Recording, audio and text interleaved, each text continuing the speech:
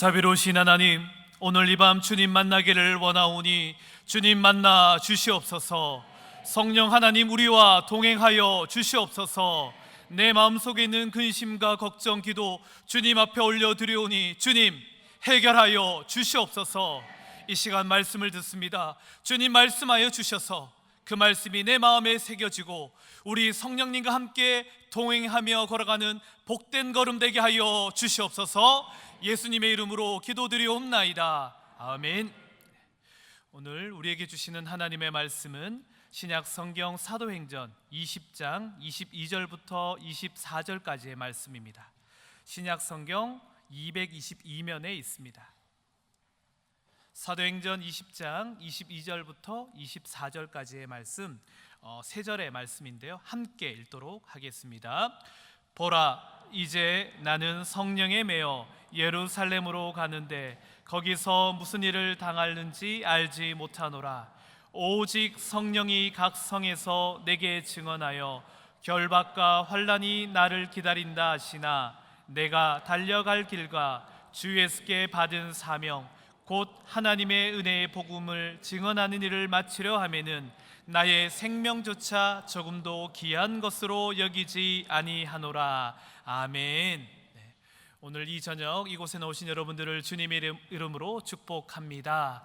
우리 한번 옆 사람과 함께 인사하실까요? 사랑합니다. 축복합니다. 사랑하고 축복합니다.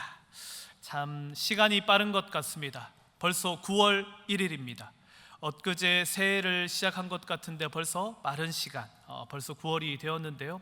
요즘 여러분들은 무엇에 관심을 가지고 살아가십니까? 여러분들 마음속에 요즘 무엇이 가득 차 있습니까? 요즘 가을이 되다 보니 시원한 바람이 불어오니 가을을 생각하시는 분들도 참 많이 있죠. 어제 달 보셨어요? 네, 어제 달 많이 보셨을 것 같습니다. 모르고 나갔다 보니 사람들이 다 하늘만 바라보고 있더라고요. 네, 못 보신 분들도 계신 것 같습니다. 며칠 전에 무지개는 보셨습니까? 못 보신 분들도 많네요. 네, 사람들 무지개 달로 한창 시끄러웠는데요. 사람들이 참 관심사가 많이 있습니다. 또 어떨 때는 이제 9월이 되어 오니 사람들이 수능 때문에 걱정하는 사람들도 참 많이 있죠. 자녀들의 시험을 앞두고 또 손주들이 시험을 앞두고 있어서 부쩍 더 기도 열심히 하시는 분들이 많이 계신 것 같습니다. 그리고 드라마를 좋아하시는 분들도 참 많이 계신 것 같습니다. 다음 드라마를, 다음 해를 기다리는 분들이 있는데요, 요즘 무슨 드라마가 유행하나 찾아봤더니 저도 본 적은 없는데 아사두리안 혹시 아십니까? 안 보셨습니까? 막장 드라마의 최고봉이다 그렇게 얘기하던데, 최고 히트 쳤다 그런 얘기를 들었습니다. 그리고 요즘도 먹거리 때문에 관심도 많은데요, 저에게 요즘 관심사는 제가 평성대를 담당합니다. 평성대는 우리 어르신들을 담당하는데요, 교회를 걸어 다니면서 흰머리만 보면 웃으면서 인사합니다. 요즘 제 관심사입니다. 젊은 사람들보다 흰머리 가지신 분들 보면은 제가 정치가도 아닌데 인사하고 악수하고 이렇게 지나가는데요, 요즘 저의 관심사이기도 합니다. 많은 사람들에게 관심사가 되어지면은 어떻게 되냐면은 아침이 되어도 생각이 나고, 그리고 시간이 지나가도 생각나는 게 우리의 관심사이고 우리의 마음을 훔치는 것 같습니다. 누가 그런 이야기 했었습니다. 당구에 빠지니까 누워서 천장만 바라봐도 당구공이 생각난다 그러고, 또 연애에 빠지면은 너무너무 보고 싶은 상대방이 생각난다라고도 말하는데요, 우리가 이런 경우를 보고 우리가 그 사람에게 또 그 일에 매여서 살아간다라고 말씀하고 있는 겁니다. 요즘 여러분들은 무엇에 매여 살아가십니까? 오늘 나오는 바울은 오늘의 제목처럼 성령에 매여서 살아간다라고 말씀하고 있는데요, 오늘 본문 말씀 함께 보면서 바울이 어떻게 성령에 매여 살아가고 어떻게 하나님과 동행하며 살아가는지를 함께 나누고자 합니다. 오늘 본문 말씀 23절에 보면은 이렇게 말씀하고 있습니다. 오직 성령이 각 성에서 내게 증언하여 결박과 환난이 나를 기다린다 하시나 라고 이야기를 하고 있습니다. 사도 바울이 전도 여행을 마치고 이제 예루살렘으로 향하기 전에 밀레도에서 에베소에 있는 장로들을 불러 모읍니다. 그리고 장로님들에게 이야기를 하는 겁니다. 성령이 각 성에서 내게 증언하였다. 뭐라고 증언했냐면은 결박과 환난이 기다린다라고 이야기하고 있습니다.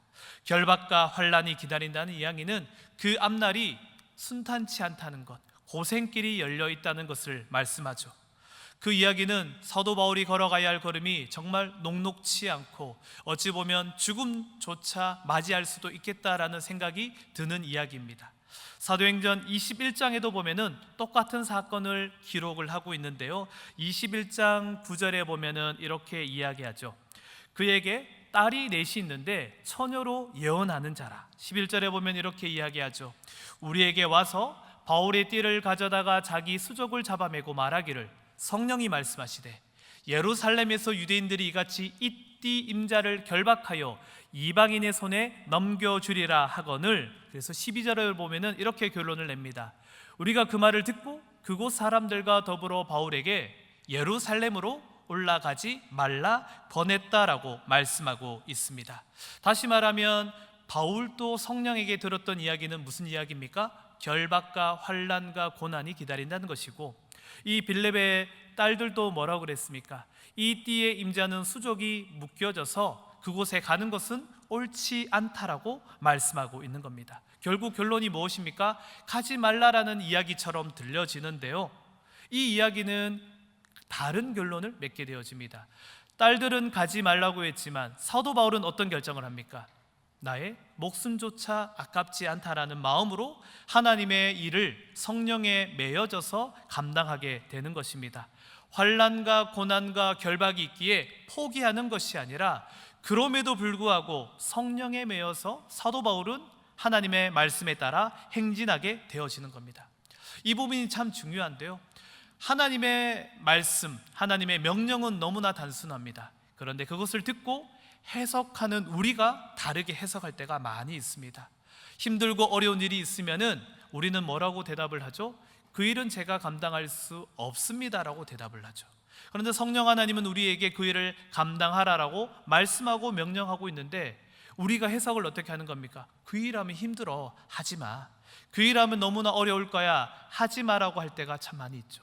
오늘의 말씀에도 보면은 이 빌렙의 딸들이 이렇게 이야기하는 겁니다. 수족에 매여지니까 그곳에 가면 목숨을 잃을 수 있으니 그 사람은 가지 않는 게 좋다라고 말하지만 성령에 매여 있는 사도 바울은 어떻게 결정합니까? 목숨조차 아깝지 않다라는 마음으로 나아가는 것입니다.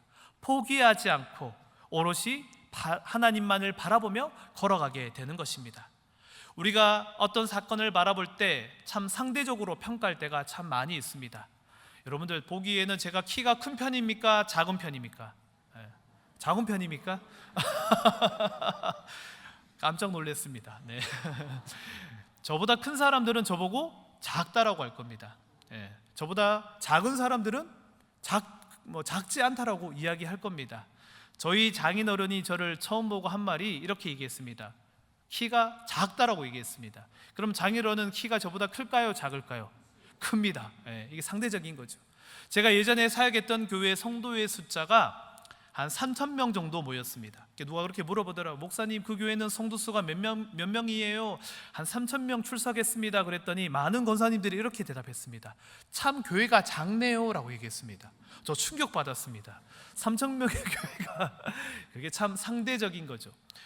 근데 우리가 이야기가 늘 그렇습니다. 늘 상대적으로 평가하면서 이 일이 나에게 힘들다라고 여겨질 때, 나에게 어렵다고 느껴질 때 우리는 포기해버릴 때가 많습니다. 이거 하면 힘든데, 이거 하면 어려운데, 하나님과의 뜻은 묻지 않고 나의 생각과 나의 기준으로 판단하면서 포기할 때가 참으로 많이 있다는 것이죠.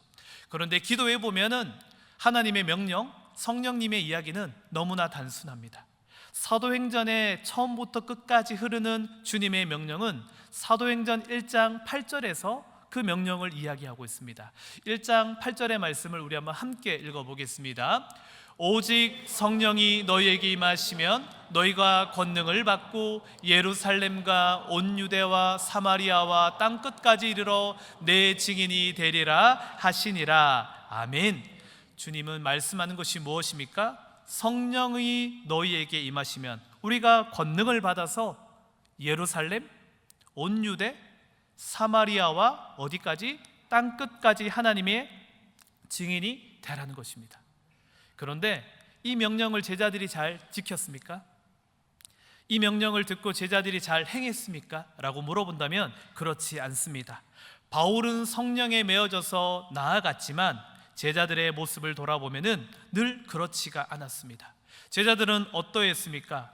그는 성령에 매여서 하나님 앞에 나아갔습니다. 오늘 읽었던 22절에도 보면 이렇게 기록하죠. 보라, 이제 나는 성령에 매여 예루살렘으로 가는데 거기서 무슨 일을 당할지는 나는 알지 못하노라 라고 이야기하면서 나아갔습니다.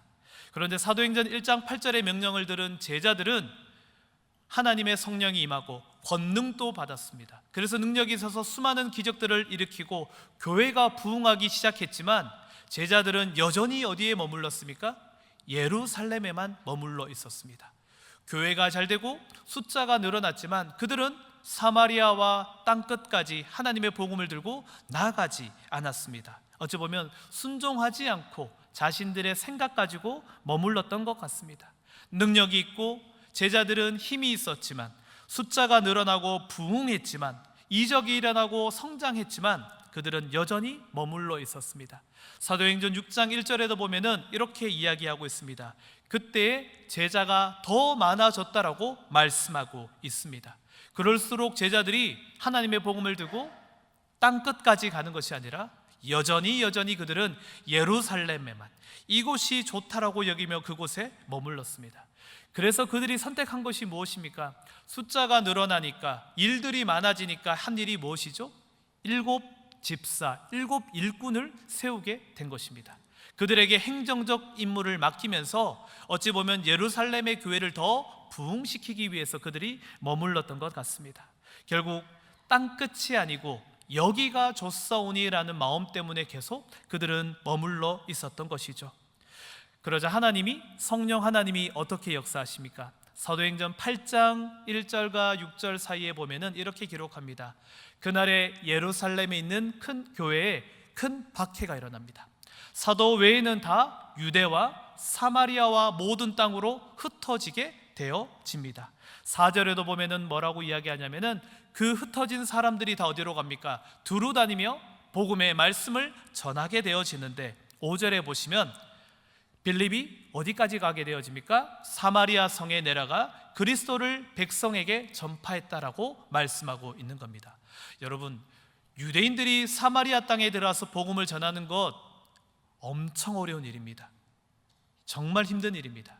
그들은 예루살렘과 유대 땅까지 하나님의 복음을 전하는 것은 가능한 이야기지만, 사마리아와 그리고 이방인인 땅끝까지 하나님의 복음을 전하는 것은 그들이 받아들일 수 없는 이야기였던 것이죠. 하지만 하나님의 역사하심으로 박해가 일어나고 스데반의 순교가 일어나면서 어떻게 되어집니까? 어쩔 수 없이 그들이 흩어지게 되어집니다. 그래서 사마리아로, 그리고 나중에는 이방인에게까지 하나님의 복음이 증거되어지는 것이죠. 빌립이 사마리아 성에 가서 하나님의 복음을 증거하고, 이후에 보시면 베드로가 고넬료에게 처음으로 이방인에게 복음을 증거하는 장면이 나옵니다. 그때 보면은 그렇게 기록합니다. 하나님은 외모로 판단하지 않고 각 나라 중에서 하나님을 믿는 자들, 하나님을 경외하는 자들을 하나님이 그들을 받아들이신다라고 기록하고 있는 것입니다. 결국에는 하나님이 그들에게 끝없이 땅끝까지 하나님의 복음을 증거하라는 명령을 들고 나아갔더니 하나님의 역사심이 나타나게 되어지는데, 어찌 보면 유대인들은 그때도 거부했고, 여러분 지금도 유대인들이 거부하고 있는 것이죠. 여러분, 유대인들이 얼마나 이방인들을, 그리고 다른 민족들을 거부하는지 혹시 아십니까? 여전히 그들은 하나님의 말씀, 선민은 본인들이라고 생각을 하고 있습니다. 다시 말하면 그 당시에 하나님의 복음을 이방인에게 전한 것, 다른 민족에게 전하는 것은 엄청 어려운 이야기라는 것이죠. 유대인 학자들이 뭐라고 이야기하냐면 이렇게 이야기합니다. 동성애는 잘못된 것이다. 동성애는 하면 안 된다라고 이야기를 합니다. 누구만? 유대인만. 정말 재미있죠. 다른 민족은 상관이 없다는 거예요. 왜?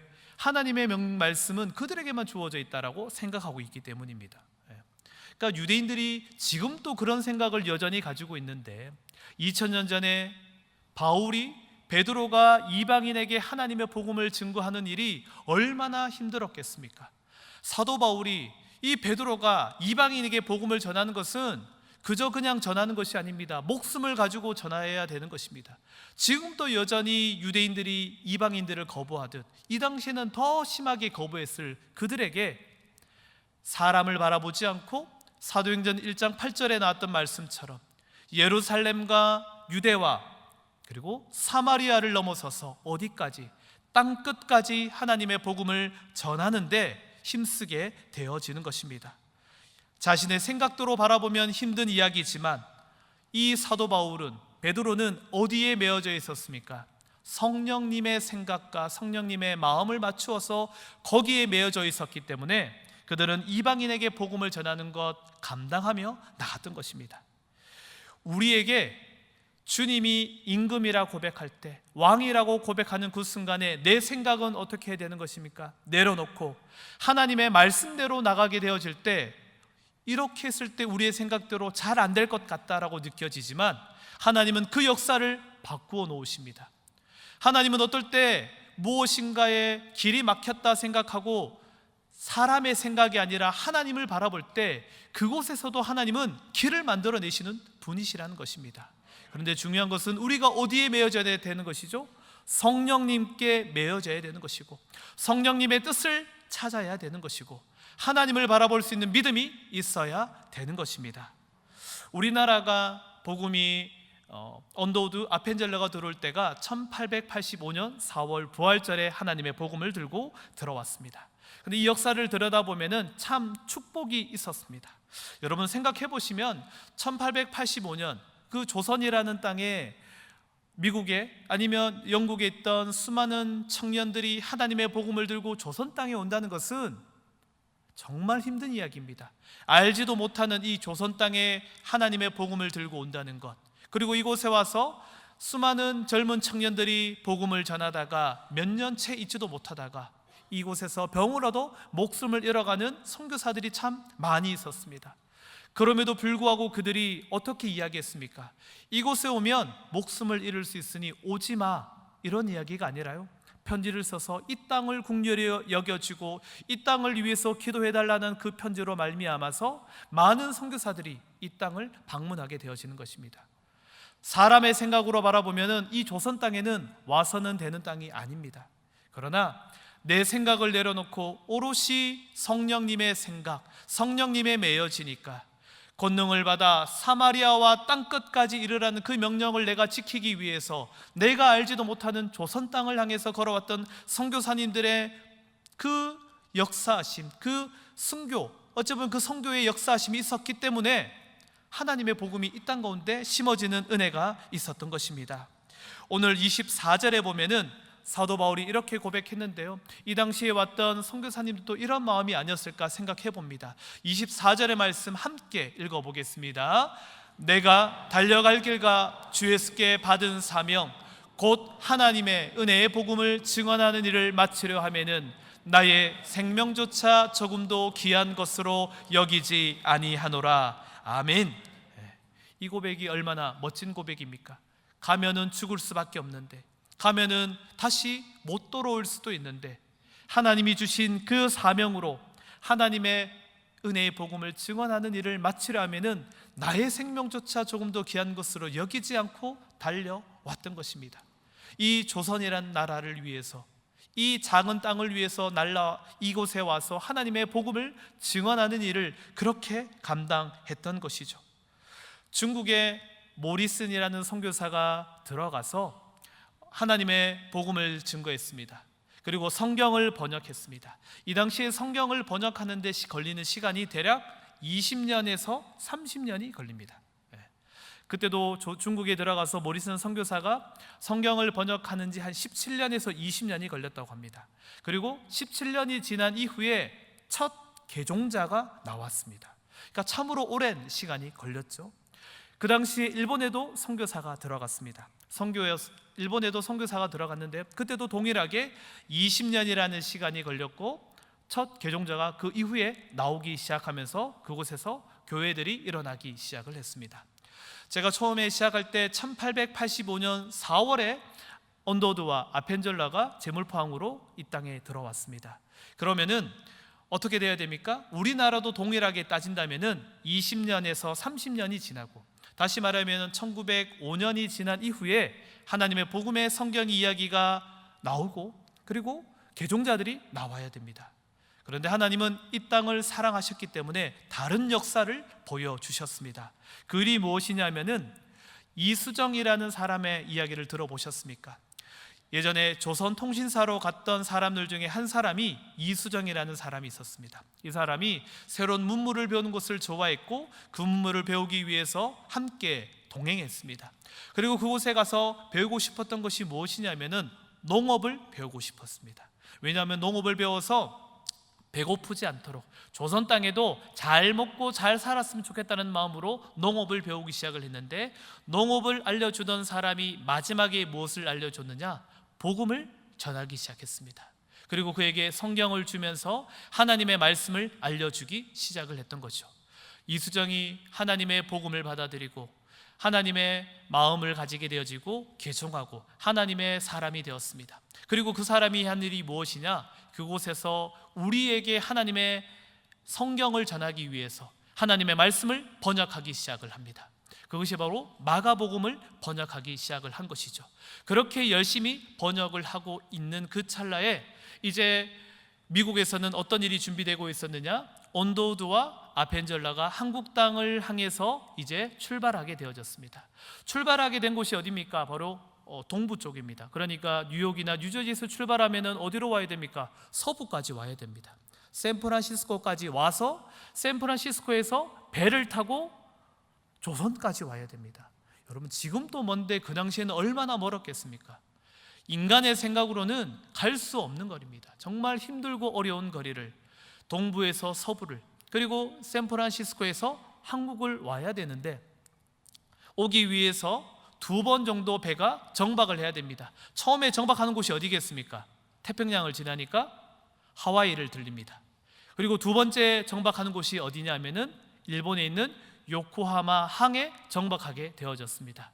그 중에 이유는 한국이 갑신정변으로 인해서 혼란스럽기도 했기 때문에 잠시 멈추었고, 또 온도우드와 아펜젤라가 미장로교 선교사들이 일본에서 활동하는 사람들을 만나서 정보를 얻고 싶고도 했기 때문에 머물렀다고 합니다. 그런데 선교사님들을 만나보니 이런 이야기를 듣게 되었답니다. 조선어로 벌써 번역되어 있는 성경이 이곳에 있다라고 이야기를 하는 거였어요. 그 조선어로 번역된 성경이 바로 이수정이 번역한 성경이었고, 이수정이 그들에게 한국어를 가르쳐 주면서 조선이라는 나라가 무엇인지를 설명해 주게 되어지고, 그리고 몇 달 후에 다시 요코하마항에서 들어올 때 1885년 4월에 부활절 아침에 그들이 제물포항에 내릴 때 그들의 손에는 조선어로 번역되어 있는 성경책을 가지고 내려서 하나님의 복음을 증거하는 역사가 일어나게 된 것이죠. 이 역사, 이 사건은 전무후무한 사건입니다.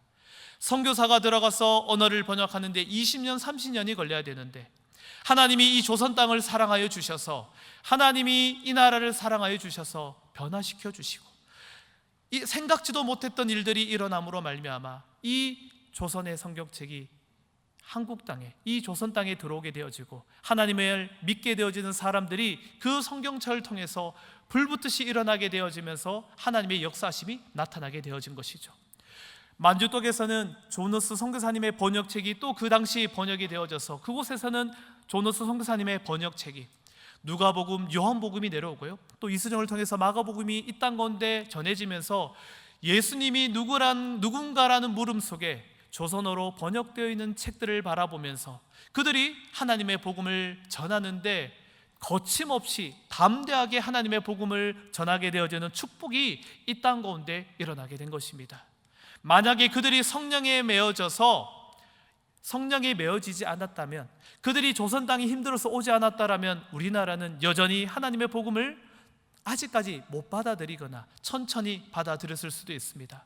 그러나 성령의 역사하심이 힘들고 어렵지만 하나님의 명령을 따라서 오직 성령이 너에게 임하시면 권능을 받아 예루살렘과 유대와 사마리아와 땅끝까지 전하리라 라는 그 명령만 가지고 이 땅까지 왔던 그 젊은 선교사들을 통해서 감당하지 못할, 어찌 보면 상상치도 못했던 일들이 이 땅 가운데 일어나는 축복이 일어나게 된 것입니다. 그렇게 우리가 하나님을 바라볼 때 내 생각이 아닌 성령 하나님의 뜻에 내 몸과 마음을, 내 생각을 매여서 나갈 때 내가 생각지도 못했던 일들이 일어나게 되는 것이고, 오늘의 말씀처럼 이 조선 땅이 생각지도 못했던 하나님의 역사심이 일어나게 된 것이죠. 20년, 30년 더디게 변화되어야 될 그 역사심이 일어나게 된 것이죠. 사랑하는 여러분, 우리 인생길 가운데 내 생각을 내려놓기를 소망합니다. 내 생각이 아닌 성령님을 바라보며 성령님의 뜻을 맞추어 나가시기를 주님의 이름으로 축복합니다. 하나님은 성경의 메인자들을 결코 내버려 두지 않으십니다.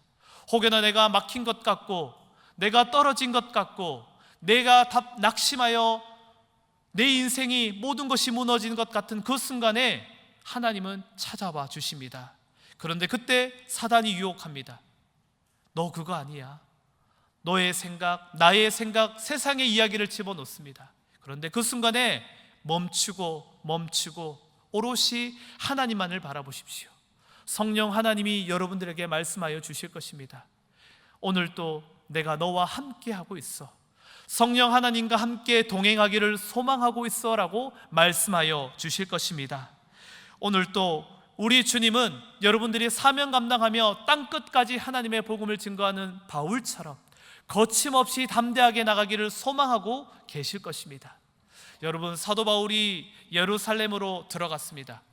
목숨이 어찌 보면은 잃을 수도 있는 상황이었습니다. 그러나 사도 바울은 목숨을 잃지 않았습니다. 그리고 로마까지, 그리고 땅끝까지 하나님의 복음을 증거하는데 최선을 다해 그 사명을 감당했습니다.